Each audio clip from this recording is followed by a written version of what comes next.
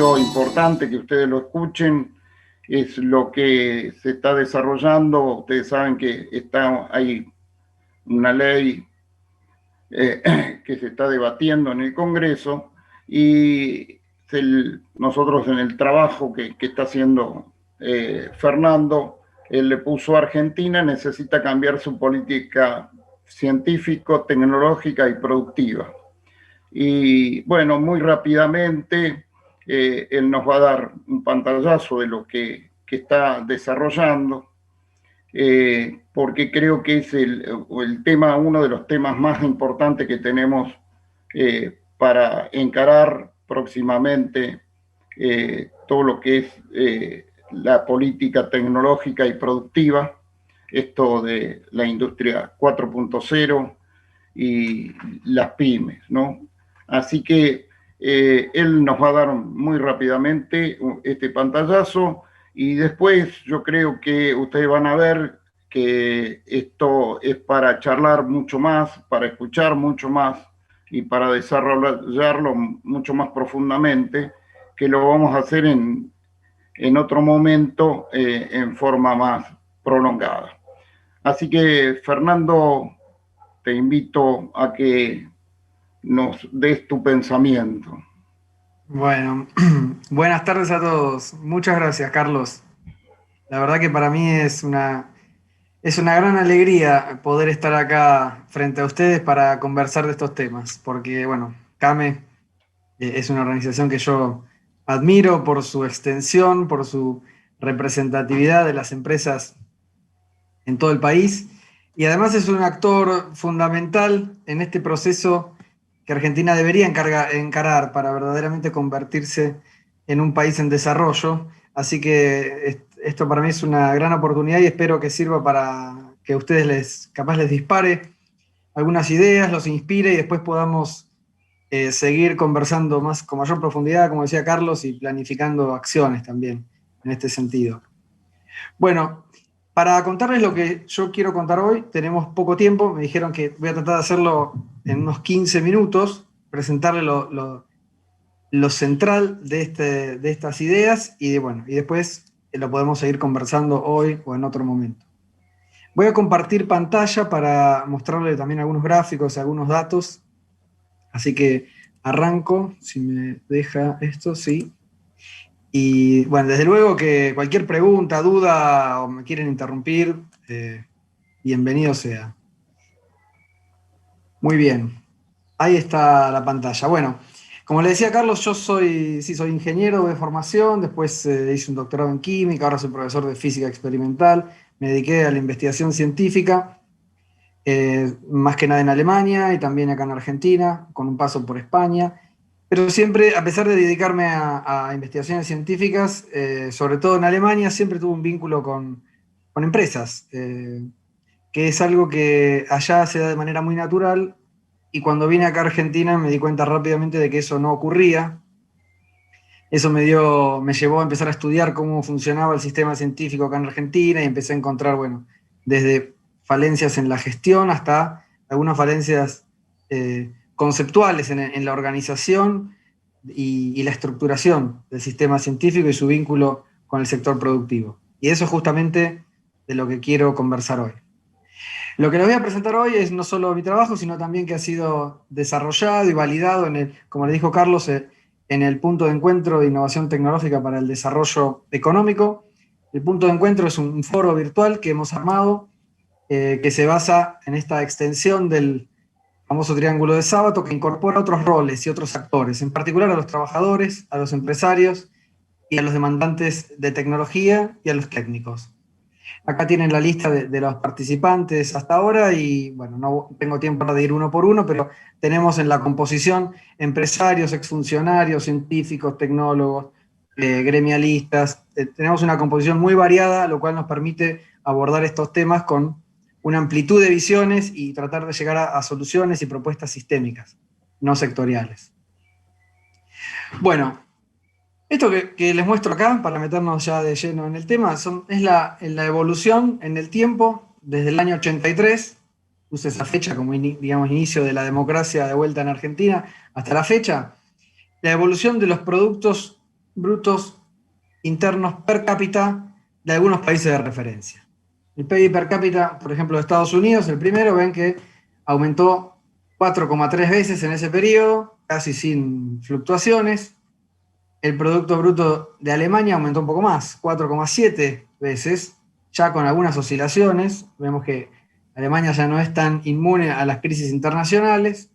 Y también tenemos acá, por ejemplo, Brasil, 5,5 veces, bastante más, pero fíjense, las oscilaciones son mucho mayores y ahora está cayendo. Y después tenemos, por ejemplo, China, que multiplicó su PIB per cápita 45 veces. Corea del Sur multiplicó su PIB per cápita 13,2 veces.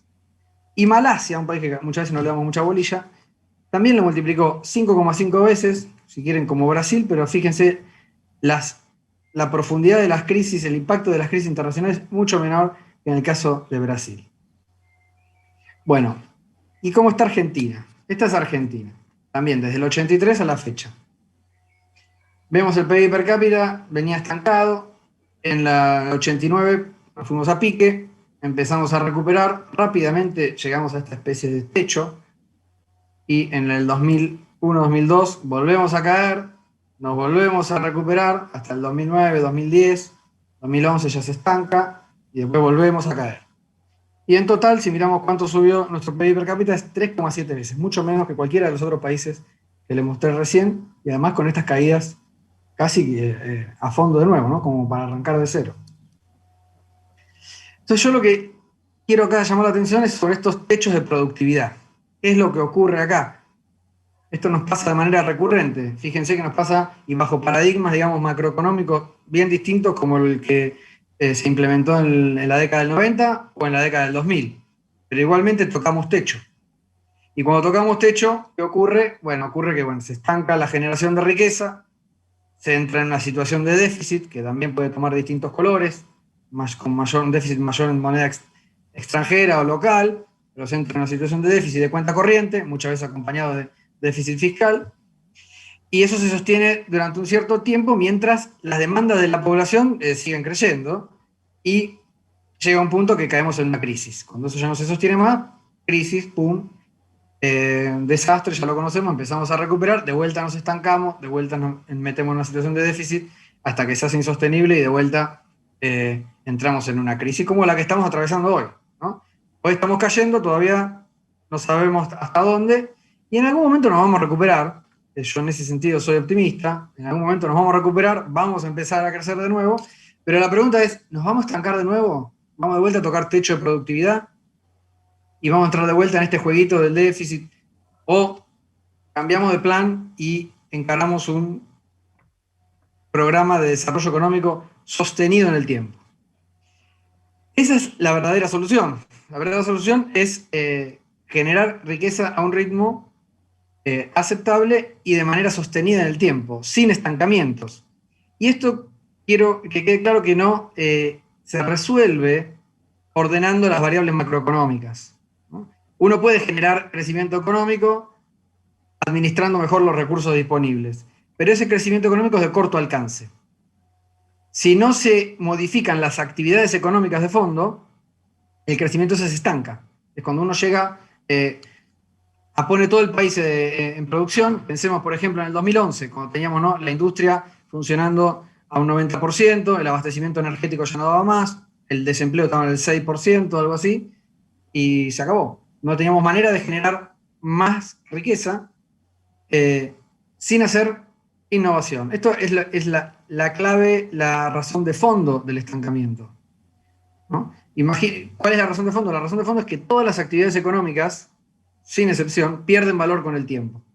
Ya sea porque se multiplica la oferta, entonces su valor relativo en el mercado global cae, o porque aparecen tecnologías que las hacen cada vez más obsoletas. Entonces esas actividades valen cada vez menos en los mercados. Entonces la manera de la manera de tener un crecimiento económico sostenido en el tiempo, sin estancamiento, es generar todo el tiempo actividades económicas de mayor valor. Parece una pavada esto, parece una verdad de perogrullo, pero a veces no le damos la importancia que tiene y la política pública no refleja este concepto. Y a esto le quiero agregar que hay que hacerlo a la velocidad adecuada. Uno no lo puede hacer al ritmo que uno quiere. Porque la competencia hoy es global, desde hace mucho tiempo que ya lo es, pero entonces hay que hacer esto a una velocidad adecuada, competitiva. Y la única manera que conoce la humanidad para generar actividades económicas de mayor valor es a través del conocimiento, la ciencia, la tecnología, la innovación. No hay otra manera de generar actividades de mayor valor. Es el único camino. Entonces veamos un poco cuál viene siendo la política argentina en ciencia y tecnología, en innovación. Esto que ven acá es cuánto invierten los países en I+D. I+D, creo que acá en esta audiencia no tengo que explicarlo, pero básicamente es la inversión en investigaciones científicas y desarrollos tecnológicos. Es la inversión que se destina a generar nuevas actividades económicas de mayor valor.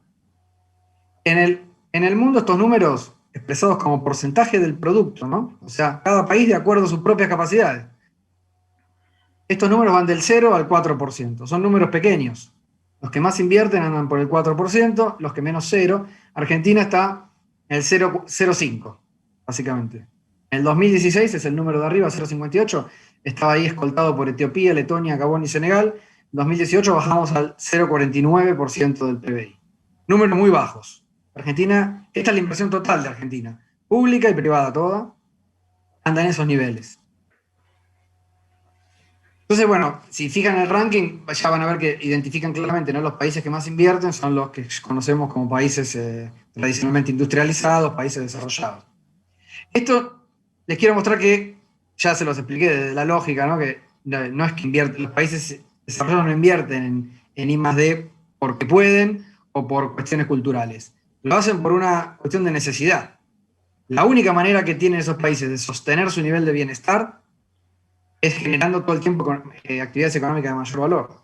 Porque si no lo hicieran, las actividades económicas que ya tienen, la industria que ya tienen, los mercados que ya tienen, van perdiendo valor con el tiempo. Entonces generarían menos riqueza y no podrían sostener su nivel de bienestar. La única manera que tienen de sostener su nivel de bienestar es generar todo el tiempo actividades económicas de mayor valor, y lo hacen en el marco de una competencia bastante salvaje entre ellos mismos, ¿no? La competencia es por transformar hallazgos científicos en éxitos económicos, por transformar conocimiento en innovaciones. Y esto se ve claramente cuando uno mira la evolución de los países. Este gráfico, que parece complicado, acá hay 61 países dibujados para los que hay datos, en un plano de eje vertical PBI per cápita, y en el eje horizontal la inversión en I+D como porcentaje del producto. Y cada país es una flechita. El origen de la flechita, por ejemplo, Corea del Sur, acá, el origen de la flechita es dónde estaba ese país en el 2001 y dónde terminó en el 2014. Cómo evolucionó en ese periodo. Entonces, Corea del Sur arrancó acá, en el 2001, invirtiendo más o menos 2,3% del producto, con un PBI per cápita de $11.000, y terminó en el 2014 invirtiendo más del 4%, con un PBI per cápita ya arriba de los $23.000. Los países están coloreados de acuerdo a cuánto aumentaron su PBI per cápita en este periodo. Entonces, fíjense, los países rojos son los que aumentaron su PBI per cápita más de $30.000. Y están todos por acá arriba. Después viene la nube de los naranjas, que aumentaron su PBI per cápita entre $15 y $30.000. Después, más abajo, vienen los verdes, que aumentaron su PBI per cápita entre 10 y 15.000. Después los celestes, ahí está Argentina, entre 5 y $10.000. Y después los más pobres del mundo, acá abajo. Entonces, fíjense que acá hay un orden y claramente se ve la evolución. Los países que más invierten en I+D son los que terminan multiplicando su PBI per cápita con factores mayores, porque generan actividades económicas de mayor valor.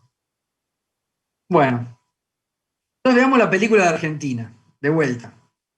Ahora, ¿en cuánto viene invirtiendo Argentina en I+D? Inversión total, pública y privada, desde el año 96 hasta la fecha.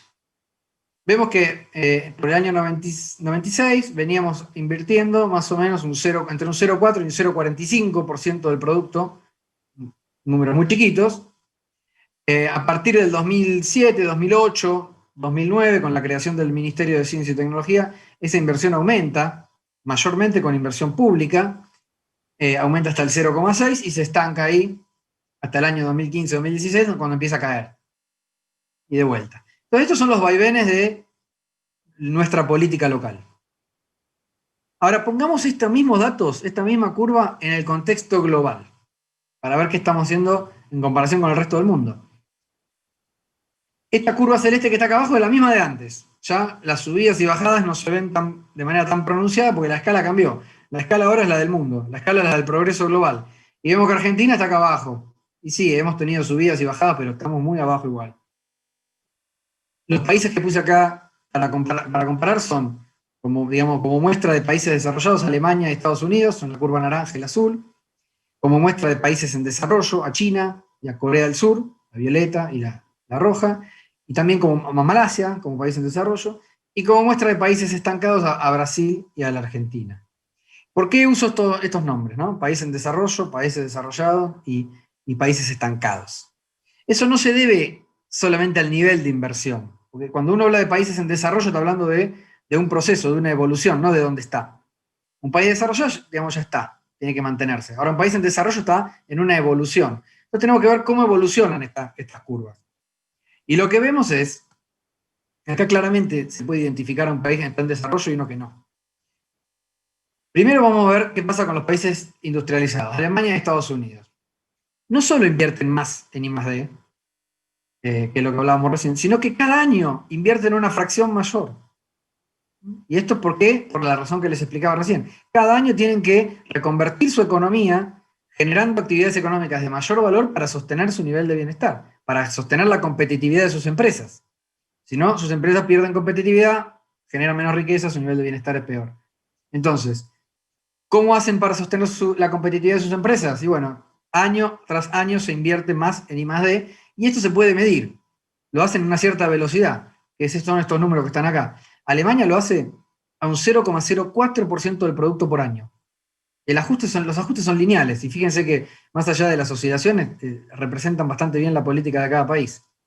Alemania va a un 0,04% por año, o sea, cada año invierte un 0,04% más que el año anterior. Estados Unidos va al 0,02%. Ellos dos más o menos marcan los límites de lo que hacen los países desarrollados, que andan en promedio en el 0,03. Esa es la velocidad del progreso global. Esa es la velocidad a la cual se reconvierte la economía global generando actividades económicas de mayor valor. Ahora bien, un país que pretende estar en desarrollo, verdaderamente, tiene que ir necesariamente más rápido que esto. Porque si no, no sube, no escala posiciones. Sus empresas no escalan en posiciones de competitividad. Entonces tiene que ir más rápido. Ese es el caso, por ejemplo, de Malasia. Fíjense, Malasia, la curva amarilla, va 3 veces más rápido que Estados Unidos. Un 50% más rápido que Alemania. China va al 0,08. Al doble que Alemania, 4 veces más rápido que Estados Unidos. Es la curva roja. Y lo viene haciendo desde hace 30 años o más. Y Corea del Sur, con políticas aún más agresivas, bueno, 0,15% del producto. Son números chiquititos, pero medibles, y marcan una clara diferencia. Argentina, ¿qué hace? En promedio va al 0,01%. Y Brasil al 0,02%. Un poquito mejor, pero no le alcanza para escalar posiciones de bienestar. A lo sumo para sostenerse. Y nosotros no, ni siquiera nos sostenemos. Nosotros estamos acumulando retraso científico, tecnológico, acumulando retraso de competitividad, y eso es lo que hacen, al fin de cuentas, que seamos cada vez más pobres. Una realidad que no hace falta medirlo ya. La vemos todos los días, ¿no es cierto? Cada vez somos más pobres. Pasan las décadas y somos cada vez más pobres. Y si seguimos así, esto no va a cambiar. Esto es una curiosidad. La iniciativa china más importante se llama Made in China 2025, y fíjense, las curvas de Estados Unidos y la de China se cruzan en el 2025 y medio. Esto China lo ha medido, diseñó una política y la está ejecutando de una manera, bueno, que ahora ya es evidente que ha sido muy exitosa y sigue por ese camino. Bueno, entonces Argentina tiene que cambiar esta estrategia. Decididamente la tiene que cambiar. Acá tienen, por ejemplo, algunas posibilidades de cómo se podría cambiar esta estrategia de inversión en I+D. Después voy a hablar de cómo hay que hacerlo, pero vamos a ver, primero, en lo global, tenemos que lograr cambiar esto como país. Tenemos que revertir esta pendiente y llevarla a niveles que sean competitivos internacionalmente, que pueden ser entre un 0,06% del producto hasta un 0,12% del producto. ¿Cuánto es esto? ¿No? Porque muchas veces son números chiquititos. Para algunos estos son números insignificantes, para otros te dicen, no, es un montón de plata, no tenemos plata para hacer estas cosas. Bueno, vamos a poner el número. El PBI promedio de Argentina, el PBI de Argentina ustedes saben que varía mucho dependiendo del precio de las commodities, porque nuestro PBI depende mucho, por ejemplo, del valor de la soja y de otros commodities. Entonces varía mucho, pero tomemos un promedio aproximado entre el 2011 y el 2019. Un PBI de Argentina anda por los 550.000 millones de dólares. Si queremos aumentar nuestra inversión a la tasa china, de 0,08% del PBI por año, eso requeriría 440 millones de dólares por año de inversión. ¿Les parece mucho para todo un país? No lo es muy poco. Si quisiéramos hacerlo a la tasa de Corea del Sur, a un 0,12% del PBI, necesitaríamos 660 millones de dólares por año, aumentar cada año ese número en inversión en I+D. No son números estratosféricos, son números alcanzables mediante una clara política con una estrategia y propósito bien definido. Entonces, esto para dejar claro que no estamos hablando de algo imposible. Quiero que vean también los tiempos que requieren estas cosas para que vean que no estamos hablando de siglos acá. Fíjense, en China, esta curva arranca en el año 96. China empezó en los años 80. Cuando empezó China vendía baratijas a todo el planeta. Hoy es el único país que puede proveer 5G, desde la antena hasta los terminales de celular y muchísimas otras más tecnologías. Entonces, fíjense, en 30, 40 años, lo mismo hizo Corea del Sur, del año 60 a los años 90. O sea, en 20, 30 años se establece algo que es verdaderamente irreversible. O sea, no estamos hablando de algo imposible. Ni en tiempos, ni en valores económicos. Lo que falta es comprender bien cómo se hacen estas cosas. Bueno, esto es lo que le mencionaba a Carlos al principio, que hoy en el Congreso se están debatiendo proyectos de ley que intentan cambiar esta tendencia, sin un claro conocimiento de los mecanismos que hay que usar para lograrlo, pero quieren establecer pautas de inversión pública, lo cual es positivo, sobre todo que hay dos proyectos, uno tanto del oficialismo como de la oposición, y los dos están apuntando para el mismo lado, lo cual hay que destacar, porque no suele ocurrir. Bueno, entonces ahora, en los últimos minutos que tengo, quiero dedicárselos a explicar un poco cómo es que hay que invertir para lograr que esta tendencia se logre de manera sostenida, y no solamente con inversión pública y en proyectos movidos políticamente, sino en el seno del sector productivo del país. Y ahí CAME tiene que jugar un rol fundamental. ¿Cómo se invierte en I+D para que sea eficiente? Esto que ven acá es la distribución de la inversión. En el eje vertical está, digamos, la inversión en I+D, y en el eje horizontal el tiempo, en un proceso de innovación. Un proceso de innovación que es arrancar con nuevos conocimientos, pueden ser observación de nuevos principios, una nueva idea, y terminar con un producto comercializado a escala. Al principio del ciclo, ¿qué actores juegan? Juegan las universidades, los institutos de investigación, generando nuevos conocimientos. Al final del ciclo, ¿quiénes juegan? Y juegan las empresas, las industrias, los que comercializan esos conocimientos en sus productos y servicios, incorporándolos y generando productos y servicios de mayor valor. Entonces, fíjense que tenemos dos actores acá que están bien separados uno del otro en el ciclo de la innovación, y están separados no porque quieren, sino porque son naturalmente distintos. Cada uno tiene un rol bien diferenciado en este proceso, muy distintos. Y entonces se establece esta brecha, la famosa brecha que se dice, ¿no?, que la ciencia está desacoplada de la producción, lo cual es cierto, pero no es un problema argentino, eso es un problema natural de las actividades. Un científico tiene una formación y una función en la sociedad, un empresario tiene otro, que es completamente distinto. Las flechas que pongo acá abajo, TRL, MRL, estudio de mercado, supongo que a ustedes no se lo tengo que explicar mucho, pero igual lo repasamos, ¿no? TRL se refiere es un índice que se usa para medir la madurez tecnológica, viene del nombre en inglés que es Technology Readiness Level. Es un índice que inventó la NASA en los años 70, 80 para evaluar si una nueva tecnología era útil en el espacio exterior. A la NASA no le importaba ni cuánto costaba, ni si se podía producir en un entorno de producción, por un operario, solo le importaba si funcionaba. Pero lo usó para gerenciar las innovaciones y acelerar sus innovaciones en el contexto de la carrera espacial. Entonces evaluaba nuevos conocimientos, ¿me los puedo llevar al espacio exterior funcionando? Y evaluaba la madurez tecnológica, si servía esa tecnología como ellos se lo imaginaron. En los años 90, cuando la competencia global por la innovación se empieza a hacer más y más cruda, la industria adopta el TRL, pero se da cuenta claramente que no le sirve, porque tiene que saber más, tiene que saber, por ejemplo, si lo puede fabricar. Entonces lo complementa con los MRL, que es el Manufacturing Readiness Level, es la factibilidad de manufactura, de fabricación. Entonces esto también, son índices que van evaluando si uno puede fabricar esa tecnología incorporada en su producto, en su servicio, ¿no?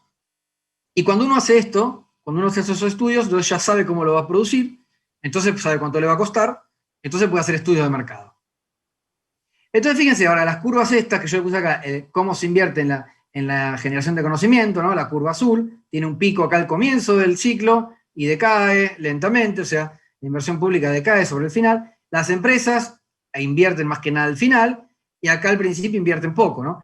¿Cuándo empiezan a invertir las empresas en nuevas tecnologías? Y bueno, empiezan a invertir cuando estas tres variables, la validez de la tecnología, la posibilidad de fabricación y la posibilidad de ganar dinero con eso, ¿no? La oportunidad de mercado, cuando estas tres variables son favorables. Cuando estas tres variables ya están acá en amarillito o verde, entonces las empresas ya se les empieza a resultar atractivo esa nueva tecnología y empiezan a invertir y eventualmente lo llevan a concretar en una innovación, que es el nuevo producto puesto en el mercado. Entonces hay que atravesar esta brecha. Y esta brecha no se cierra echando culpa, que es lo que venimos haciendo en Argentina muchas veces. Están los que le echan la culpa a los científicos, dicen, no, pasa que los científicos investigan cualquier pavada, y hay otros que dicen, no, pasa que los empresarios son unos miserables, que no invierten en tecnología, y hay algunos que piensan las dos cosas, porque en realidad no son excluyentes, así que se pueden pensar las dos cosas, pero están mal las dos. Estas son echadas de culpa que no tienen ningún sentido, porque le estamos pidiendo a alguien que cumpla un rol que no le corresponde. Esta brecha no se cierra echando culpa, sino que se cierra gerenciando la innovación de manera profesional y competitiva. Y esto en el mundo desarrollado se hace a través de instituciones muy especializadas en innovación. Acá les pongo algunos nombres y otro día podemos ir en detalle para ver cómo funcionan. En UK se llaman los Catapult Centers, en China es la que les dije, la iniciativa Made in China 2025, en Alemania los institutos Fraunhofer, los Fraunhofer son la estrellita de estas instituciones a nivel mundial. Brevemente, ¿qué hacen estas instituciones? Primero que nada, son instituciones altamente especializadas por sector productivo. La investigación científica no, se hace en un amplio espectro de disciplinas. Ahora, la innovación no se puede hacer de igual manera para una industria textil que para una de telecomunicaciones, que para una farmacéutica. La innovación se hace de manera especializada por sector. Y estas organizaciones tienen centros especializados para cada sector productivo clave del país. En esos centros que se reúne por un lado la tecnología de punta para ese sector, que muchas veces es muy difícil de amortizar para las empresas, o al menos para una empresa individualmente.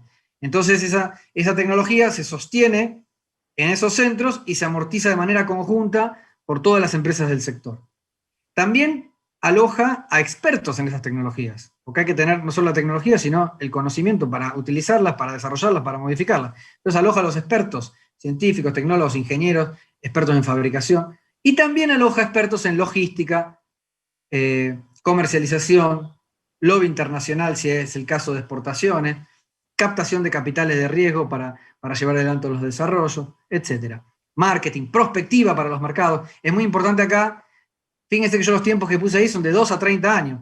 Llevar al mercado un nuevo producto en base a una nueva tecnología o un nuevo conocimiento, y puede llevar sus tiempos. Si es algo muy fácil, puede ser un par de años. Si la tecnología es muy compleja, puede llevar décadas. Esto ustedes lo saben muy bien. Entonces hay que ir evaluando, monitoreando y modulando la inversión de acuerdo a métricas muy precisas y lo mejor posibles durante todo el proceso, para que esa inversión tenga el menor riesgo posible durante todo el proceso de innovación. De todo eso se encargan estas instituciones. ¿Por qué? Porque es el rol de un científico hacer todo eso. No, un científico no sabe de prospectiva, de mercadeo, de ruta de fabricación, no. Y es el rol de las empresas. No, no es el rol de las empresas. Las empresas no saben de qué tecnologías se están desarrollando, cuáles posibilidades de verdad a futuro para su sector, o pueden tener una idea, pero no tienen las capacidades de hacer todo el proceso y el gerenciamiento. O siempre alguna pata le puede faltar: la captación de capitales de riesgo, la asociatividad con otros, con socios de otros países en una cadena global de valor, etc. Entonces todo eso requiere otras habilidades que no son las de un empresario tradicional, no son las de un científico. El tema es que esto no lo estamos haciendo de manera competitiva en Argentina, no lo estamos haciendo bien. Tenemos un INTI, tenemos un INTA, tenemos el INIDEP, tenemos algunas instituciones que hace mucho tiempo fueron concebidas con alguna de estas ideas, pero estamos hablando de la década del 50, cuando la innovación se hacía de otra manera, y de ese punto esta parte ha pasado de todo en Argentina y hoy en día no cumplen este rol. Entonces es muy importante entender esto para fortalecer y reestructurar el sistema científico, tecnológico y productivo de Argentina para que sea de manera eficiente. Entonces, cuando esto se logra, hacen falta además un rol claro del Estado. ¿En qué consiste? El Estado tiene que, obviamente recibe, ¿no?, una recaudación por parte de las empresas, recibe una recaudación, y parte de esa recaudación tiene que ser invertida en este ciclo. Tiene que invertirse en investigación científica, sí. Tiene que ser pública, sí. Tiene que ser de excelencia, sí. Así es en todo el mundo, o al menos en los países desarrollados. Pero además, tiene que invertir en instituciones intermedias especializadas en innovación, instituciones sectoriales, donde la financiación tiene que ser público-privada, donde el Estado facilite un tercio más o menos del financiamiento para mantener la tecnología de punta, para mantener los expertos, y el resto se consigue a través de contratos con el sector productivo en proyectos de desarrollo, ¿no?, como les decía antes, para ir amortizando de manera conjunta toda esa tecnología y todos esos expertos. Y además tiene que invertir el Estado en incentivos a la inversión privada. Hace falta una reformulación del sistema impositivo y de incentivos para que invertir en I+D sea no solo más fácil, sino más ágil, más rápido y de magnitud, para que esto termine repercutiendo, ¿no?, en la generación de actividades económicas cada vez de mayor valor. Eso obviamente aumenta la recaudación en el Estado y el Estado tiene que encargarse de recircular esa inversión para que esto siga creciendo de manera sostenida en el tiempo. Esto es lo que ha ocurrido en todos los procesos de desarrollo de los países. Podemos hablar de Alemania, podemos hablar de Corea del Sur, podemos hablar de China.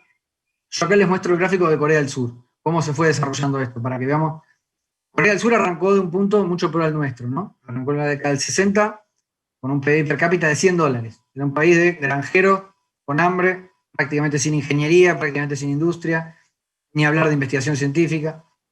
Entonces nosotros no estamos así, estamos mejor. Pero así arrancó Corea del Sur. Y en ese momento, obviamente, la inversión en I+D, que es la curva esta azul, era muy bajita, ¿no? Era un 0,3%, y era 90 y pico % pública. A medida que se establecen estas políticas, como le acabo de explicar, el sector privado empieza a invertir cada vez más, va tomando una fracción cada vez mayor, al mismo ritmo que la inversión total aumenta. Hoy esta curva sigue, esto llegó hasta el 2004, este gráfico, pero estamos ya 15 años, 16 años después. Corea del Sur está en el 4%, está por acá, pero la fracción público-privada se sostiene alrededor de un 75% privado, 25% público, que es lo que se cumple en casi todos los países desarrollados.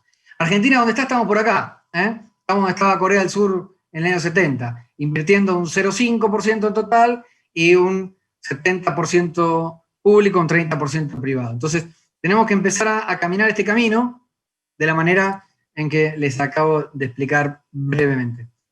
Bueno, acá termino, así nos hace muy largo, y bueno, estoy por supuesto a disposición para cualquier duda, consulta o seguir conversando del tema. Muchas gracias a todos, en especial a Carlos por la organización.